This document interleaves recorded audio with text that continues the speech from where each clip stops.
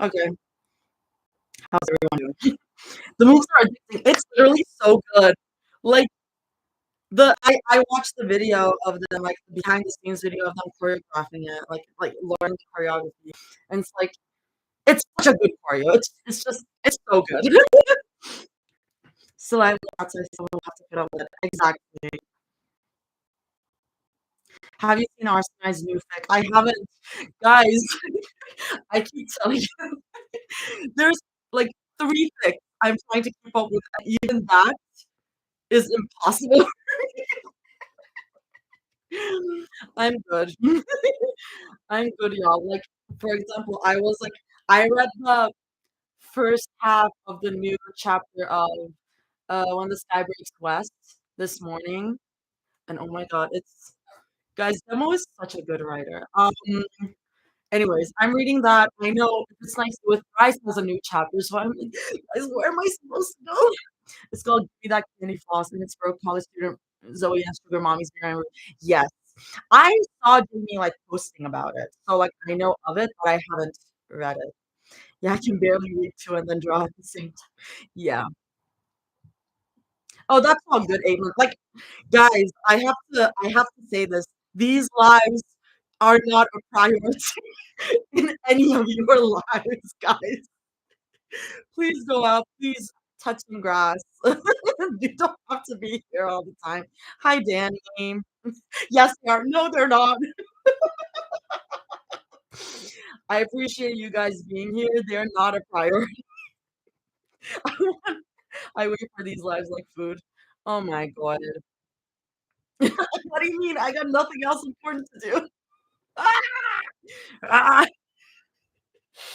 Well, I appreciate it. It's just you don't have to be here. That's what I'm saying. Um, wait, what's demos? I want to start reading their stuff. What's demos pick? Uh, the fic that I was talking about is When the Sky Breaks West, and she also has another fic called The Space Between Three. That I was like messaging with the demo, and I was like, if you ever read one of my fics, I would love to be there. And I'm like, I will get to like other stuff eventually. I like not read when Sky Breaks here, obviously because of the heaviness of the subject. Um, but demo was like my other fic is like more like it would work for lives. So I am gonna read the space between three actually, but we have a list. Have you read The Art of Spoiling Pretty Girls by Reef Writing? I will read that on live. I will read that on live because Reef is here all the time. Um, so what I'm gonna do is like I'm gonna read other stuff by myself, but I am gonna read The Art of Spoiling Pretty Girls on live. Um, so I think I'm gonna do that after the Unchanging Polaris because Reef has been here a lot. And I'm like, I wanna read something you wrote, dude. I currently have a 5-year-old using me as his emotion. Oh my god! I hope there's no I will try not to curse if you have a 5-year-old with you. I've been so stuck on Two's company, it feels like I can't read anything else sometimes, yeah. Sometimes sometimes it does feel like that. Hi. Hi, as roses fall. Uh, I have my headphones on. Okay, that's good. But just the image of, like, the 5-year-old on you is really funny. I think my parents are sick of me talking about your lives. I think my parents are sick of me talking about my life. So, I'm sorry. I'm sitting I'm sitting in my despite the fact that I haven't eaten lunch. Oh my god. I talk about it when I'm grabbing dinner. Also, you can just call me Rose. Gotcha, gotcha, gotcha. Rose, okay. Zin, by the way, after I'm done with this, I'll probably read your I'll read that at the end of the stream. I saw that it's like 900 something words, so it's very doable. Um, and I saw the beginning of it, and I'm like, someone did their research. Okay, started. I'm really excited for this. I need some silly, more fluffy stuff right now. So I don't mean to say that I don't appreciate the angst, but sometimes a girl just needs her fluff, you know? Oh my god, it's impossible to come over here. Okay. Yeah, I read it, it's really good. I still can't believe Polytric's fake count bit Ruginu. The thing is, we the Polytrix people saw that Ruginu was beating out Polytrix, and were like, "We gotta do something about this. We gotta do something about this." So I'm not super surprised. It's just great that it's like a poly ship that's like doing this. That's really awesome to me. Also, my hair is just like that, but you gotta deal with it because it doesn't wanna go anywhere else, so what is already I'm reading The Unchanging Polaris, it should be in the title. Also, my lives still have, like, a +18 rating on it, like, it won't allow users under 18 to access the live. I cannot change that. Like, I saw that, and it won't let me press the button, so I'm sorry if that is, like, causing an issue to you. Um, I don't know how to change it. What chapter? Yes, there is a title. I'm on chapter 3. So let me actually go to chapter 3 right now. And the chapter title is #Team Zomira. See, I'm up to do some shipping war stuff, you know? That is fun. That is fun. I'm excited. Oh, Artie, I saw you in Ray Ami's live the other day. Oh yeah, I was in Ray Ami's live. Ray Ami's live is so hectic though, like, Ray Ami's live is just, like, her, like, checking the chat and, like, as it, like, speeds by so fast, but there was a point where he was talking about, like, bullying like, this person, I think, wrote in the chat that they were getting bullied or something at school, and she was like, "You don't deserve that," and that's a product of, like, insecurity, like, in their own lives, so I really appreciate that. Um, she's awesome. I love her. Um, do you have full reactions to chapter 1 and 2? By the way, there's only a few minutes each on YouTube.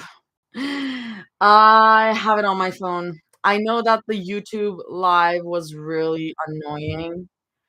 I need to, like, download it on my phone if you would like to see it. I need to download it on my phone and upload it, which is really annoying. Like, I still need to uh download yesterday's live, even though that's, like, on the shorter side, it was, like, an hour and a half, but I still have to do that, and I will do that. I will do the Unchanging Polaris. I will upload that one because the YouTube live was annoying. It was really annoying. So, speaking of the YouTube live, let me I'm not giving up on the YouTube live. I hope it's always a Wi-Fi issue. Oh, I thought I missed the live where you read another chapter of this fic. Yeah, I read the first 2 chapters last week. So, that's such a good chapter. It only hurt a little. Okay. I'm gonna get started. So this is chapter 3, #Team Zomira. And the notes say next few chapters are what I call their oblivious, slightly jealous arc, and you'll see what I mean. So seems like it'll be a little angsty, but I'm I like it when it gets a little dramatic, you know. Zoe's obsession with the shipping wars gets to them too. It spreads like a damn cold. Rumi's prediction of the shipping wars only lasting a week or so is a false accusation to make to the highest degree. It's been almost a month and it has yet to let up in their notifications and trending tags. In fact, it just seems to plague them more. At least it does for Rumi. She had to turn off her notifications altogether for every single platform that she's on due to all the noise about it. If it wasn't Polytrix, it was some other ship that her fans have been wanting to push her against like a play doll. There's even been an influx of her and he who shall not be named. And it was something that unfortunately Rumi can't get away from entirely. Why are we so mean to Jinu? Why are we I know what Jinu did. I know what Jinu did. He did some bad things. I still like Jinu. I don't kill. It follows her on the streets, in interviews, during performances, and undercovers she posts on their YouTube accounts. That is like me when I post any video and people are always like, "Oh my god, new chapter is out. New chapter is out." Guys. Okay. But she tries to emulate her own device anyway. Don't let it show that it bothers you. Even just one twitch of the eyebrow could cause another hurricane of people theorizing that she was in love with one boy group member, or Zoe, or Mira, which was ridiculous because she would never. Why would she ever? Her alarm clock rings hard against her ear, and Rumi hardly jumps. She rolls over onto her shoulder. Guys, thank you for the gifts. Oh my god, Zen. um, she rolls over onto her shoulder and hits the top of it with her fists. She groans lightly under her breath as she sits up, scratching an itch somewhere on her back. Rumi doesn't bother to check her phone for the time. She's already been lying awake in bed for the past hour, staring at the ceiling. It's the downside of being a morning person, she said. She'd gone to bed late yesterday, but her body refuses to let her sleep in, no matter how tired and achy her bones are. Rumi looks over at the empty space next to her on the giant bed. Makes her frown, just enough for her to feel the tug of it on her lips. She could have sworn she'd fallen asleep with Mira and Zoe lately. Wait, where'd they go? It's crazy that in this fic they are like sleeping together, but they're not dating. It's so girls.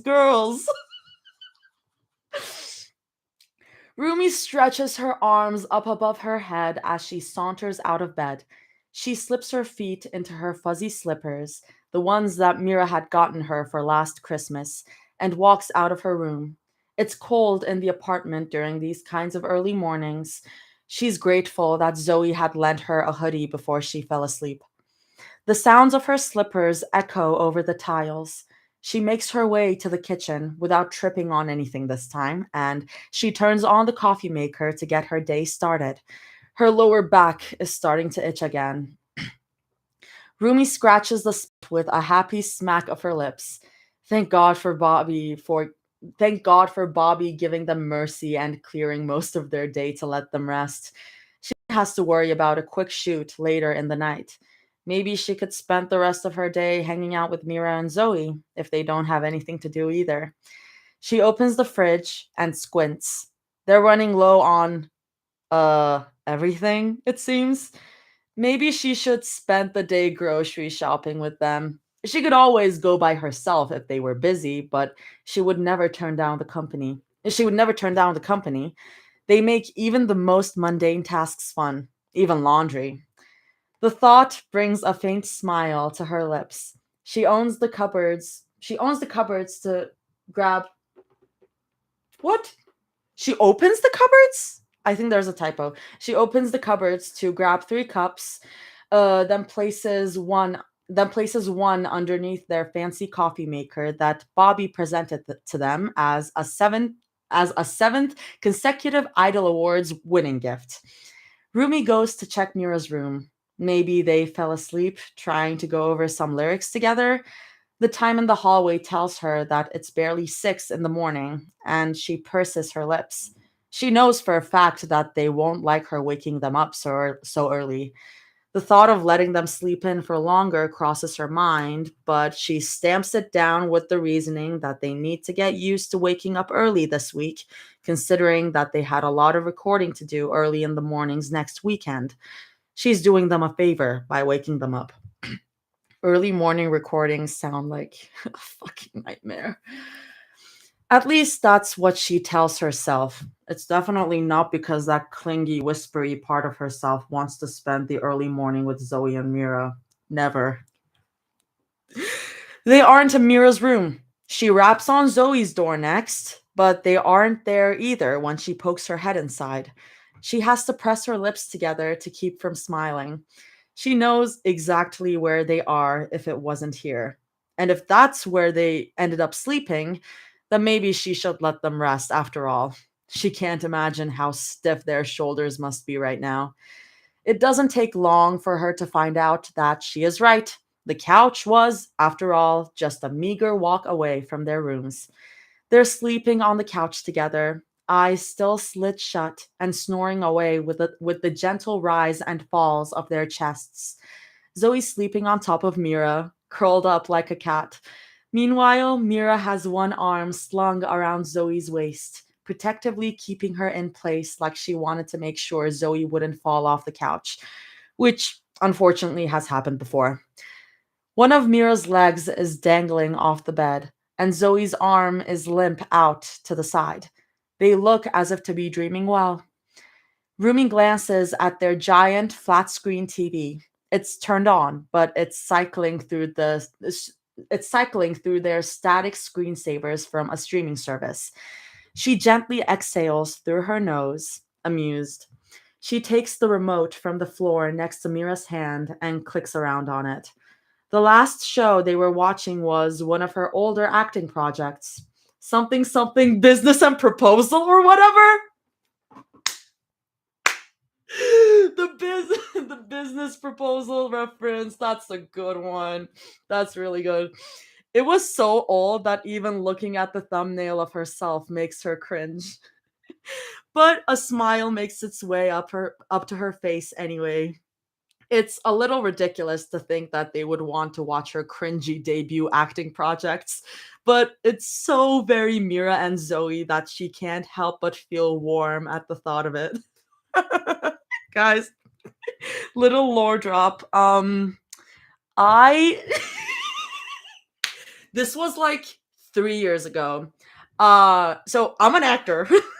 I'm an actor, but 3 years ago I was a very, very bad actor. But I was attending this acting studio where we had the chance to we had a class where we could like bring in any script and like film anything we wanted.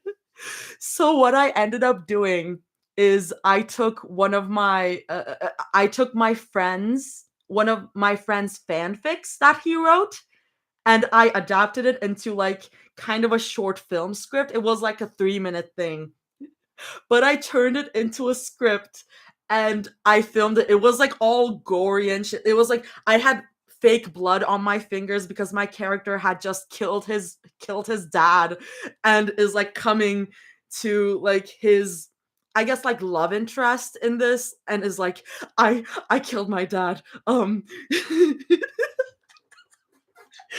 this is reminding me of like the cringe of like watching that back, but also also it was so fun to do that I don't even like, well, it was cringe, whatever. I did it and I had fun, and I made like my screen, like my co-actor, I guess, like read the fanfic as well. So it was just really funny. Hi, Cheeky. Back in my day, yeah. Oh my god, Cheeky. It's 121 over there, which isn't that bad, but I still feel bad. Oh, I just muted my first spam bot. Yay! Let's go, Dan. Everyone thank Danny for modding these streams now. Everyone say thank you, Danny, for modding the streams. Okay. Anyway. My friend, by the way, who wrote the fanfic, has still not seen that because he is cringed out by his own writing. So he hasn't seen it. Oh, okay. Zoe stirs. She hears the breathy whine come out of Zoe's lips, and she freezes where she is. Zoe's face scrunches up. Like a kitten, she coos to herself until it relaxes and she rolls over her shoulder in her sleep to face away from her. Mira breathes in deeply, then exhales hard. They're both still deep asleep, just slightly disturbed. Rumi knows the culprit the moment she looks at the floor. The bright sunlight is spilling out between the folds of their curtains, and it slices over Zoe and Mira's eyes. She sighs through her nose